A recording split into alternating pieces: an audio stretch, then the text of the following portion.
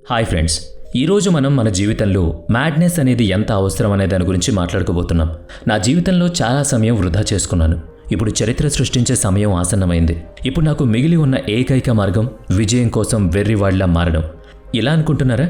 అయితే మీ జీవితంలో 3 నియమాలను మాత్రమే ఉంచండి. Reset, restart, refocus.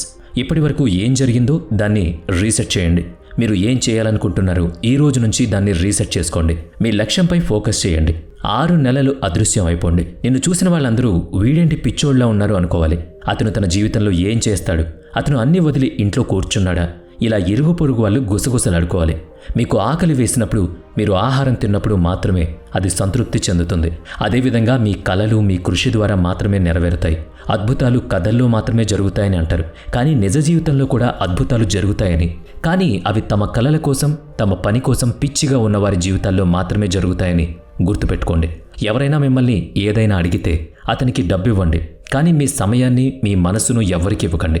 ఎందుకంటే ఈ 2 విషయాలు మీరు వాటిని మీకోసం ఉపయోగకరంగా ఉంచుకుంటే మీ జీవితంలో ఎక్కడికి వెళతారు. మరొకరు మీ మనస్సు మరియు మీ సమయాన్ని ఉపయోగిస్తుంటే మీరు ఉన్న చోటే ఉంటారు. జీవితంలో ఎటువంటి ఎదుగు బదుగు ఉండదు.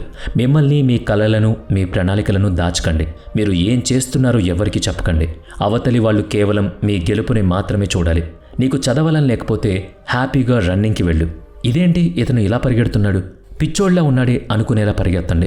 అలా అనుకోవడం కూడా ఒక రకంగా లాభమే. ఎందుకంటే వాళ్ళు నీ సమయాన్ని వృధా చేయరు. మీ కలలను ఎవరికీ చెప్పకండి. జీవితంలో నువ్వు ఏం చేయాలనుకుంటున్నావో అది నీకు మాత్రమే తెలియాలి. నువ్వు సాధించిన తర్వాత ప్రపంచానికి నీ సత్తా ఏంటో ఆ సాధింపు వల్ల తెలియాలి. చదువుకోవాలి, కష్టపడి పని చేయాలి, విజయం సాధించాలి అని మాత్రమే అనుకుంటారు చాలామంది. మిగిలినవి తర్వాత చూసుకుంటారు. ఇతరులను గెలిచేవాడు శక్తివంతుడు, కానీ తనను తాను గెలిచేవాడు సర్వశక్తివంతుడు. నువ్వు సరైన వాడివైతే నువ్వు నీ పని గురించి ఆలోచిస్తావు. నీ కలలను నెరవేర్చుకోవడానికి కష్టపడి పనిచేస్తావు. ఆ సమయంలో జనాలు నిన్ను 100% తప్పు అంటారు. వాళ్ళని అలాగే చెప్పనివ్వు, అలాగే అనుకోనివ్వు. కాలం సరైన సమయంలో వాళ్ళకి సమాధానం చెప్పి తీరుతుంది నీ విజయంతో. ఎవరి ముందు కూడా నిన్ను నువ్వు నిరూపించుకోవడానికి తాపత్రయపడకు. నవ్వేవాళ్ల ముఖాలు ఒకరోజు నీ విజయాన్ని చూసి ఖచ్చితంగా ఏడుస్తాయి.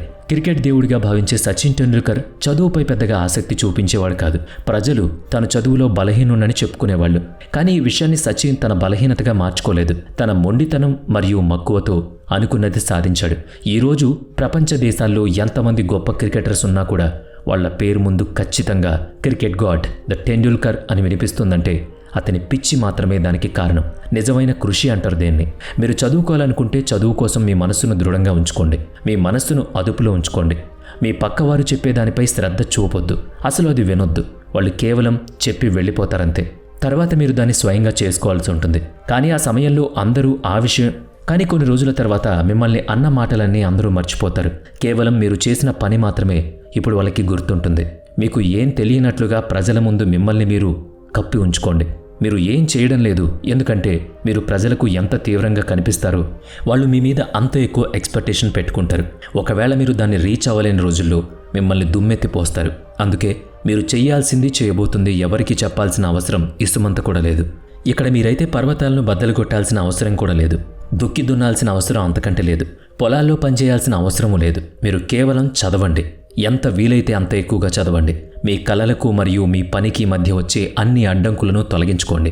మీ కష్టార్జితం ద్వారా మీ జీవితం రూపుదిద్దుకుంటున్నప్పుడు. కాబట్టి ప్రజలను పట్టించుకోవడం మరియు సోషల్ మీడియా ద్వారా ప్రభావితం కావడం మానేయండి. అందరికీ అవును అని చెప్పడాన్ని ముందుగా మానుకోండి. ప్రజల మాటలను తీవ్రంగా పరిగణించడం ద్వారా నేను చాలా సమయాన్ని వృధా చేస్తున్నానని మీకు మీరు నచ్చచెప్పుకోండి.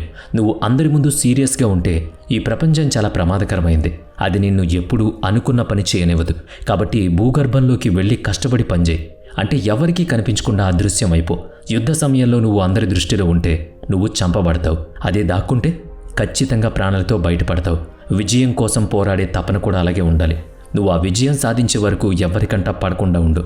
ఒక్కసారి విజయం నీ చేతిలోకి వచ్చిన తర్వాత అందరూ దాని గురించి గొప్పగా చెప్పుకుంటారు, నీకంటే గొప్పగా. ఇలాంటి పిచ్చి నిన్ను నీ లక్ష్యం వైపు నడుపుతుంది. కలలు కనడం సులభం, కానీ వాటిని నెరవేర్చుకోవడం కష్టతరమైన ప్రయాణం. అందుకే మీరు మీ కలల గురించి చాలా పిచ్చిగా ఉండాలి. ఎటువంటి పరిస్థితుల్లోనైనా వాటిని సాధించడానికి మీరు మీ మనస్సును తయారు చేసుకోవాలి. అలసట మరియు నిరాశ మీ ముందుకు వచ్చినప్పుడు మీ కలల చిత్రాన్ని మీ హృదయంలో మరియు మనస్సులో తాజాగా ఉంచుకోవాలి. ఇంత కష్టపడి పనిచేసిన తర్వాత మీరు ఏం అవుతారో అనుభూతి చెందండి. మీ దృష్టి స్పష్టంగా ఉంటే ఖచ్చితంగా ఒకానొక రోజు మీరు అనుకున్నదైతే సాధిస్తారు. మీ కలల చిత్రాన్ని మీ హృదయంలో మరియు మనస్సులో తాజాగా ఉంచుకోవాలి. ఇంత కష్టపడి పనిచేసిన తర్వాత మీరు ఏమవుతారో అనుభూతి చెందండి. మీ దృష్టిని స్పష్టంగా ఉంచండి. మిగతా వాళ్ళందరూ మీ అవకాశాలను అనుమానంతో చూస్తున్నప్పుడు మీరు మీపై నమ్మకం ఉంచుకోవాలి.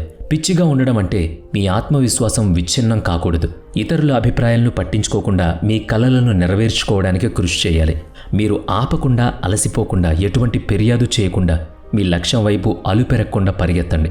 మీరు మీ పనిలో పూర్తిగా నిజాయితీ మరియు అంకిత భావాన్ని ప్రదర్శించినప్పుడు మీ కృషి స్వయంచాలకంగా మిమ్మల్ని విజయం వైపుకు నడిపిస్తుంది. ప్రతికూలతను మీ దారిలోకి రానివ్వకండి. అది మీ దృష్టిని మరల్చుతుంది. మీ శక్తి వృధా అవుతుంది. కాబట్టి మీరు నిజంగా విజయం సాధించాలనుకుంటే మీలోని వెర్రి వ్యక్తిని నిద్రలేపండి. దాన్ని మీ కలను నెరవేర్చుకునే దశలో ఉపయోగించుకోండి. విజయం మీకోసం వేచుంది. మిమ్మల్ని మీరు జాగ్రత్తగా చూసుకోండి.